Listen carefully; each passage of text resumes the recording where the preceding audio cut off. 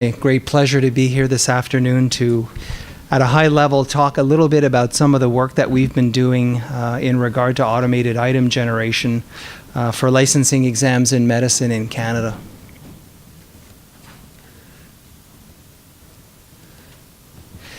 Before I start, I'd also like to acknowledge some very key contributors to this work.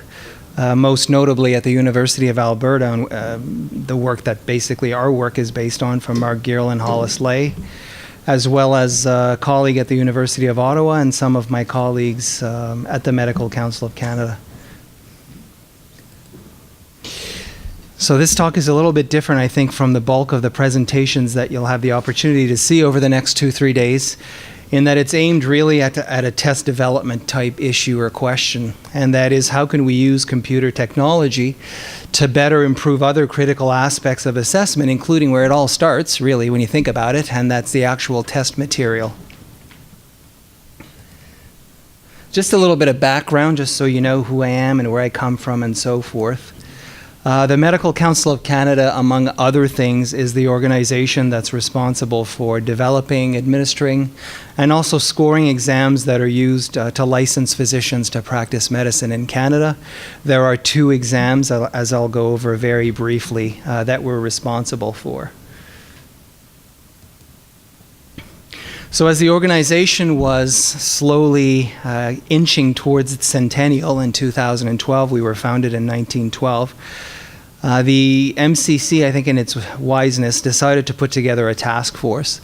And the task force was really made up of esteemed medical educators from across the country. They were reunited under the heading of the Assessment Review Task Force. And their goal was really to take a look at our exams to see whether they were still aligned with what our stakeholders expected and whether we were testing the right things for medicine in the 21st century and moving beyond. So out of that particular group came a report, and that report included 6 recommendations for staff to focus on. The one that is particularly relevant to what I'll be talking about today was the 3rd, and that is, we were asked to look at the timing for taking both exams and the frequency with which they were offered, in particular with an eye towards improving flexibility and scheduling. And just as a bit of background, the exams currently, not for very much longer, are only administered twice a year episodically in a number of locations. So there was really a recognition, especially as much for international medical graduates, to provide some flexibility. So as of 2019, we will indeed be moving to several multi-week administration windows domestically and abroad with a commercial vendor. So that's kind of why we were engaged in this. So at least in part, offering our exams more frequently and with greater flexibility, it goes without saying, is predicated on having more material. And one of the ways we thought we would look at this, as opposed to increasing our test development committees to a point that, made it look like a factory almost, we decided to look at alternative ways of generating some of our material. And one of those that was very interesting, again coming out of the University of Alberta, was to use automated item generation. Perhaps as a way of supplementing, I would even maybe say re-envisioning a little bit our current test development processes to help us to meet that target of giving our exams more frequently. Again, as a bit of background, the first licensing exam that you need to successfully complete to become licensed to practice is taken in the final year of the MD program, so in your 4th year in Canada. It's a 2-part examination. The first part includes 96 A-type computer-delivered multiple choice items, allocated into 7 28-item sections, balanced by discipline, which is specialty basically, and difficulty. And it's about half of the testing time for that exam. The second component, which is less relevant for what I'll be talking about now, includes 60 clinical decision-making cases, testlets if you wish, or caselets, that also take about half of the time. And by the way, though I won't be talking about the second exam, I mentioned there were 2 licensing exams. The second is an OSCE, Objective Structured Clinical Exam, so an actual practice type examination. So what is AIG? Well, quite simply, it's the process of using models to generate items with the help of a computer. So that's what it is. And as I'll point out shortly, it really uses a three-step process for generating the items. And the idea is you have to identify the cognitive mechanism that's required to correctly solve that item, whether it means diagnosing a patient, whether it means managing a case, so on and so forth. And once you've identified that mechanism and all the elements that are related to that, allow the computer basically to generate tens of dozens, hundreds even of items using that information. So at least for us, this is kind of what the world had been looking up until not too long ago. That is a bunch of highly caffeinated physicians writing a bunch of questions, freaking out, sweating, and et cetera, for very long hours and very long days. And we believe that maybe the future might look something like that horribly looking scribble on the right, which is a cognitive map, basically, for a particular problem. I know this is hard to read, I apologize, but this is the ugly, horrible diagram cleaned up a little bit, essentially. And this is a problem that relates to a post-operation fever. So the idea, again, is to identify problems and scenarios, which you see at the top, that relate to that particular problem. So what might be causing post-operation fever, a urinary tract infection, wound infection, all those fun things that can happen to you once you have surgery. The second is to identify the sources of information that really help you to arrive at those different types of diagnoses. And the third bit at the bottom are just the features of all of that. So timing of fever, corresponds to things like number of days, physical exam might include something like was there a fever or not, and the type of surgery that you see at the right.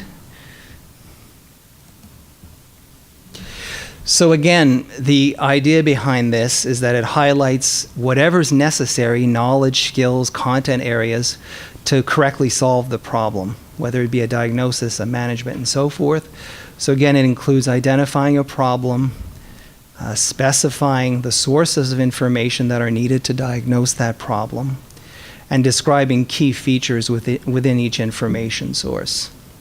Again, critical, obviously, to create all these different items or instances of that problem. So once you've got that in place, really what you move on to as a next step is the item model or template, or the mold in which the actual text will reside. So it could look something like this. I'm giving simple examples here. If we think of the example I had on the previous slide, a 54-year-old woman has a type of surgery. On post-operative day, timing of fever, the patient has a temperature of 38.5 Celsius. Physical examination reveals physical examination. Which one of the following is the best next step? So all of the elements showed at the bottom would be manipulated in creating many, many items or instances for that particular cognitive map or model, which is post-operative fever. So once those elements have been identified, the information is combined systematically. And again, our colleagues at the University of Alberta developed the program to do this. They called it IGOR, or Item Generator, to help us to actually do this task, this combinatoric task. So what are some of the things that we learned very, very early on? We've been doing this for over 5 years now. The first thing we learned in the very early stages is that often when we would try to generate some of these items, we would have medically non-plausible distractor combinations. They weren't wrong necessarily, they just didn't belong with each other. It didn't make any sense for a number of reasons. I'm not a physician, I'm not even going to try to answer that question. So to help us to deal with that a little bit more efficiently, the engine was recoded to allow for more complex distractor combinations, essentially. And that's the paper that you see shown here. Another thing we learned very early on is we were, as much as we loved our collaborators at the University of Alberta, we were very reliant on our collaborators at the University of Alberta. Revisions to some of these maps and to the code would often take weeks back and forth, and it just wasn't working in an operational context where physicians were brought in for 2-3 days and just couldn't constantly be coming back and so forth. So to resolve that problem, we developed an interface, which I don't know the reason for, called it the Item Butler. that allowed test committee members really to create their maps or their cognitive models, revise them on the site, and generate and revise samples of items for review. So that's made a huge world of difference. So again, if they would show up at one of these meetings, just to give you a sense of how it works, they would select a task for the problem, and the example I'm giving here is chest trauma of some type. Developed a list of correct answers for the potential problems. In this case, there were only 2 possible diagnoses, and identify the sources of information that were required to make that proper diagnosis. In this case, it involves things like location, blood pressure, heart rate, respiratory rate, physical exam, and so forth. And then document their model. This is what they might come up with on paper, quote unquote, or on screen, with all the elements being associated with the 2 possible responses in this particular instance. This is just a screenshot of the actual interface that we developed, what I call the item butler, where you can sort of see again how they're listing the objective at the top, the correct options, the distractors, the stem. I think there's a spelling mistake in this particular screenshot, as well as the elements that go with all of the variables that will be manipulated, which are the ones that are shown in blue or light green on the screen on the left. So that's the basic idea. This has made this considerably easier for them.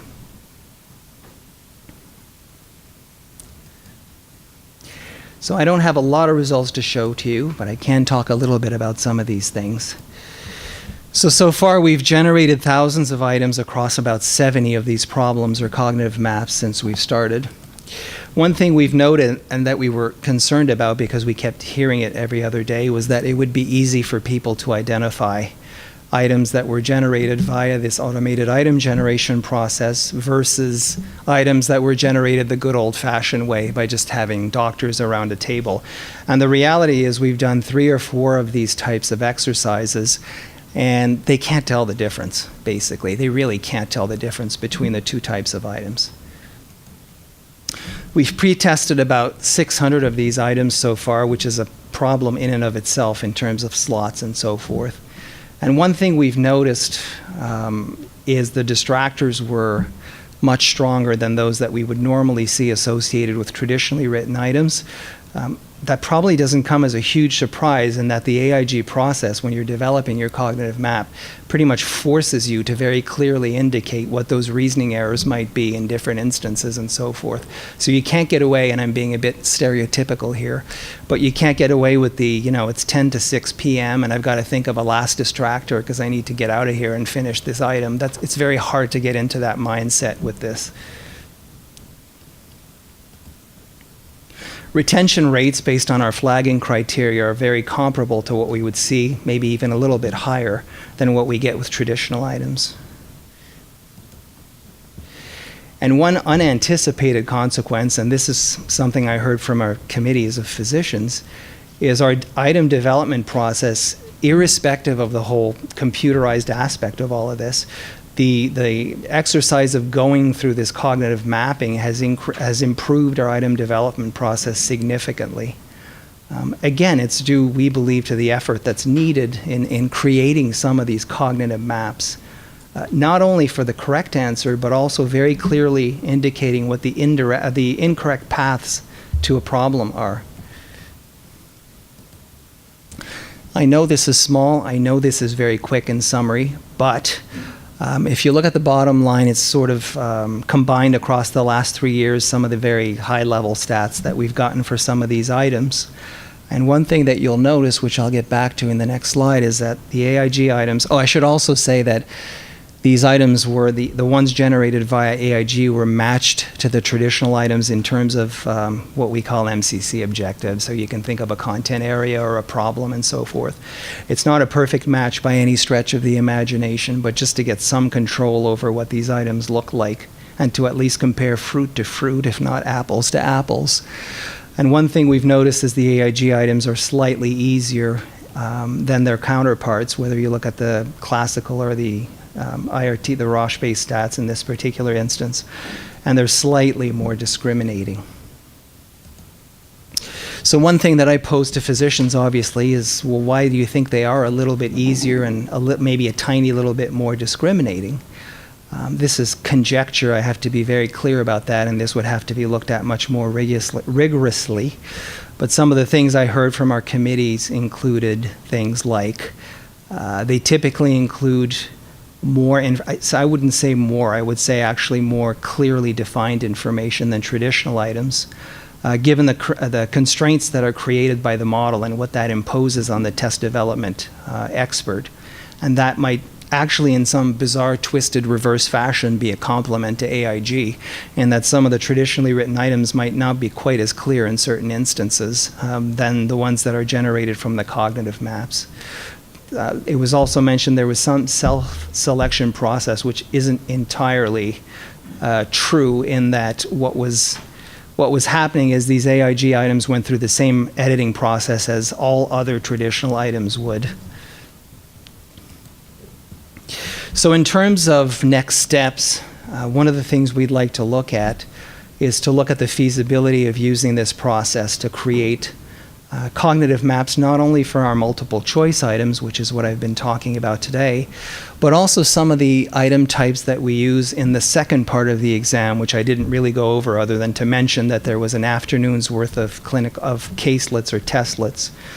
Those items have different item types, write-in, short menus, etc. It'd be interesting to see whether we can also improve the quality of those items and of those cases using this approach. A second thing which would be interesting, I think, is to try to get a better handle on what predicts the performance of some of these AIG items in the future. We're always dealing, obviously, with constraints in terms of how much we can pre-test and so forth, so having some initial sense of how they perform would be extremely helpful. And the last thing, which I think will be somewhat related to the next presentation, and in fact this is probably the next project that we're embarking on with our colleagues, is to really take advantage of some of those elements that are in the cognitive maps, to systematize them in a manner and in a fashion to provide more targeted feedback to candidates. I'm sure everybody's in that situation, irrespective of the field you work in. We're constantly being asked to provide more feedback, better feedback, so on and so forth to candidates, which we would love to do, but we also have obviously the flip side of the coin in that we don't want to provide them meaningless information. So we're always dealing with that tension, and perhaps there's something in here that would be helpful in terms of providing better information. And with that, I will thank you for your attention, and I guess we have a little bit of time for comments, discussion, questions, if there are any. Thank you. Yeah, Matthias. You talked about thousands of items being generated based on 17 models, roughly 17 models. Do you see schematic variations of difficulty across those 17 models? And can you essentially separate or assign variance components there? Can you say how much variance is there within the model across? Yeah, we haven't done that yet, but that's something we definitely. I'll be honest, right now we're just trying to develop this process and see whether it can work, whether we can implement and so forth. So a lot of the things you're mentioning are things we actually need to attend to very, very shortly. And I should also say, when I say thousands of items, it sounds very glorious and dramatic. But the reality is you have to pre-test those damn thousands of items, and that's what's been causing us a major headache right now. So this interface portion is actually randomly sampling items that are generated, which is what we want to get to. I don't want to get to the point where I need a doctor to tell me every time if a question's okay. If they've put the time and effort into creating the map, theoretically, the thing that comes out of it should be defensible and strong. So that's really where we're trying to get at right now, and that's one of the big challenges we have also. Yes?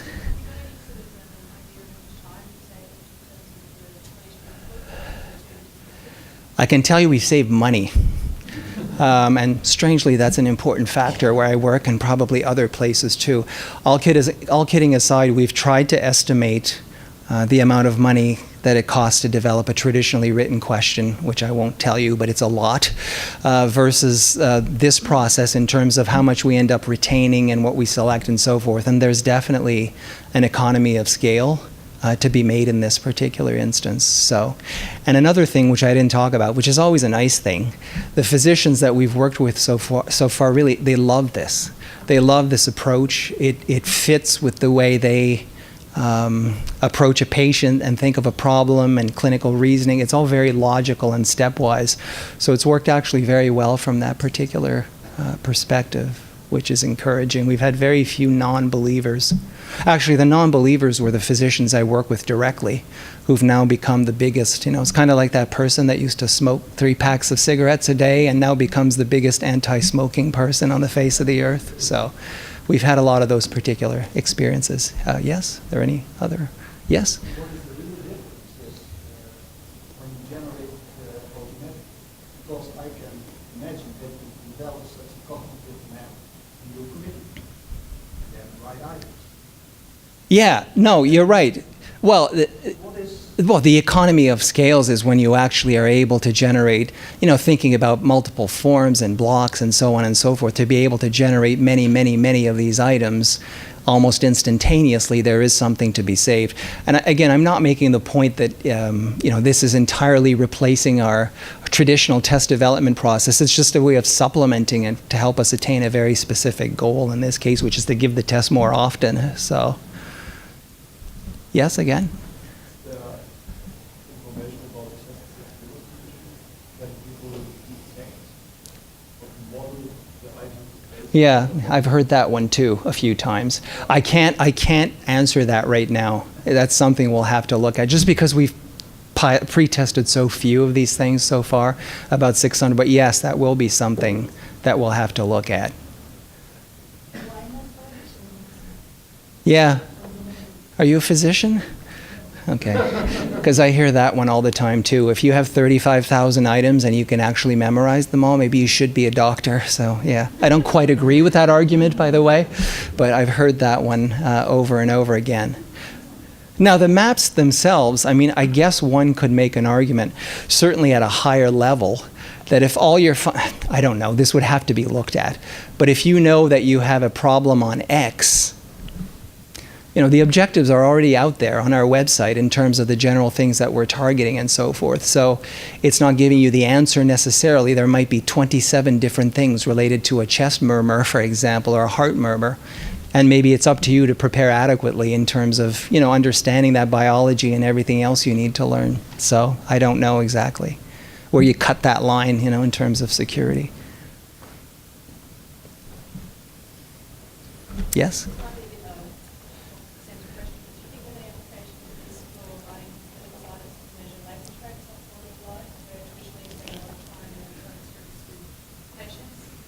Yeah, I mean, well, kind of one of the next steps I sort of talked about a little bit was to look at different item types and more complex item types. So I'm hoping that we can look at whether this is applicable and whether it might help, because those are also quite difficult to develop. I know quality of life measures because I happen to be married to a biostatistician, so I hear that stuff all the time about drugs and clinical trials. So yeah.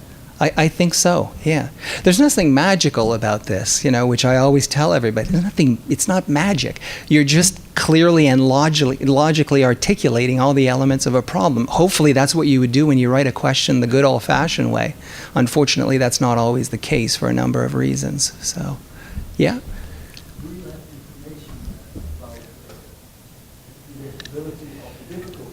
No, that's was, Would help, yes, of course, because one of the things yeah, that it's always difficult to find in committees. yeah. The right difficulty level of an item. No, physicians are hopeless at that. They absolutely can't do it. They cannot do it. But this, Yeah, this automatically generated. yes, Could do something. yes. Did you have any research? No, that's what I said, one of the 3 things I want to focus on moving forward. Yes, absolutely. Yes? When you design test specification, content specification in typical traditional way, you just specify a number of items from content X and Y number of Yes. items from content B. But in this case, when you design content specification, do you rather specify which item model Yes. to be used, or how many times to be used? Yes, that's kind of what you're getting at, that higher level, as opposed to looking at it item by item. It's very interesting. By no means am I a test development expert or research expert, but it's interesting to note how little, when you look at the way exams are developed, I can't speak for all disciplines, I can only speak for the world I live in. Procedures that are used, approaches that are used, and so forth are still incredibly old school in terms of how people do all of this work. You know, we look at all the incredible technological progress that's occurred in everything you're going to hear over these next 3 days, basically. I don't think that's been paralleled very well on the test development side of things, which I always find ironic, because our mathematical models, as beautiful as they are, can't fix bad content. At the end of the day, that's where it all starts. So hopefully this is just a very tiny step in helping that. Any other? I guess I'm done, right? Oh, yeah. Real quick question. I noticed that your average point by serials, even for the generated items and the non-generated Lowish. items, are 0.15, 0.16, Yeah. which would generally, at least I would kind of consider as inadequate. Does that mean this is sort of like your tryout pool and you're selecting out of that set? Or is it that I can think of a lot of reasons why that can be. It could be multidimensionality, it could be restriction of range, it could be a whole bunch of stuff. And I was just curious It's, about why uniformity is so low. Yeah, well, you got to remember when people are taking this exam, right? They've already gone through high school. They've already gone through a bachelor's degree. They've been selected even further to be admitted into medical school. It's like 1 out of, I don't know what the odds are, but incredibly low. So it's largely, or at least in large part, related to restriction of range type effects. There's just not a lot of variability in performance of candidates on these exams, which of course isn't really the goal of the exam. At the end of the day, it's can you jump over this yardstick or not, basically, in this particular instance. So I think out of fairness to our next presenter, if that's okay, thank you very much again for your attention.